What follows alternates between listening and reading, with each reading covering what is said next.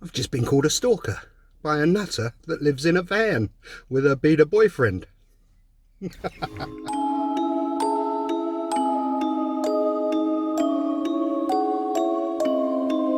Right, so get this. I follow a lot of van life stuff on YouTube, Instagram, all that, because I have a camper van and I like making videos on YouTube. So I kind of follow a lot of van lifers and motorbikes, everything else I do. I follow them because I have an interest in those activities. I comment a lot on these videos as well. If I see something fun, I'll comment. If I see something funny, I comment. You know, Chad, living the van life, who is without doubt the best van life channel on YouTube. And then you've got everyone else trying to copy it, you know. I follow a lot of van life stuff, the hashtag van life. So a lot of stuff comes up in my feed. So just off the top of my head, I can think of people that I do follow and people that I don't follow, but still comes up in my feed. So I follow Chad, living the van life, who is without doubt the best van life channel on YouTube. His cinematography is amazing. It's epic, you know, it's fantastic, and he really did inspire me to get into van life a bit back in the day. Other things that pop up, that fat dude that lives in his van, obese guy, urban van life, yeah. And then there's that nutty fella, the guy that he lives with his parents, but he pretends he lives in a van. Will's whereabouts. You know, these are people I can just think of off the top of my head. Nic Roams, yeah. All these things. Amy, living in a van, yeah. They come up in my feed, but I don't follow them. But I only follow living the van life. Anyway, so if I see something funny, I'll make a comment. If I see something stupid, I'll make a comment. YouTube, Facebook, Instagram, these are open forums. Yeah, you don't have privacy if you've got your channel and your accounts open for public comment. Yeah, you have to make them private if you don't want people to comment. But if they're open and you're sort of parading around as a public figure, then expect praise and expect criticism. So I remember something popped up in my feed and I made a mention on it. It was Nic Roams, yeah, a while ago. She was building a van with a beta boyfriend. Yeah. Beta! And it looked like a death trap. She was putting all this solid furniture in the back of the thing, and it looked like a death trap. You think if it got rear-ended by a truck or something, all that solid furniture would fly through into the cab, and it would be good night, sweetheart, checkout time, yeah?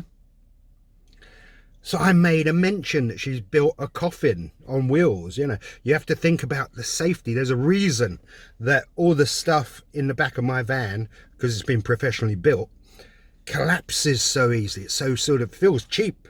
It's solid, but it feels cheap. A professional build feels cheap. It's because it's designed to collapse under impact. If you're in a big serious smash, you don't want solid furniture, solid oak furniture, come flying through the front when you're sitting there and you've just been in a head-on or hit from behind. So I made a mention of that. Apparently that's stalking. I don't know. Apparently commenting on people's videos that they put up and they have their comments open, public access, is stalking if you make a comment in the comment section. And then I did watch it this morning. I watched something popped up from her again.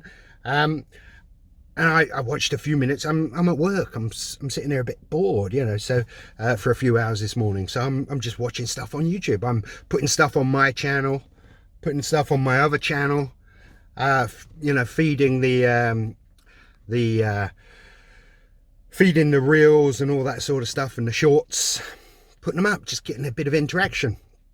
And so I watched a bit of the channel, and I didn't know. I knew she had a bit of Asian mix in her. I didn't know she was Filipino mix. My wife is Filipino, so I was surprised. And the video in particular I watched was her doing a solo trip. Usually she has a little beta boyfriend with her. Yeah. Beta! Yeah. So it was a better video. I watched half of it. It was a better video when she was on her own with the dog, right? So I made a comment, an innocent comment, saying, your videos are much better when you're solo without your beta boyfriend. Yeah, because he is like a twink.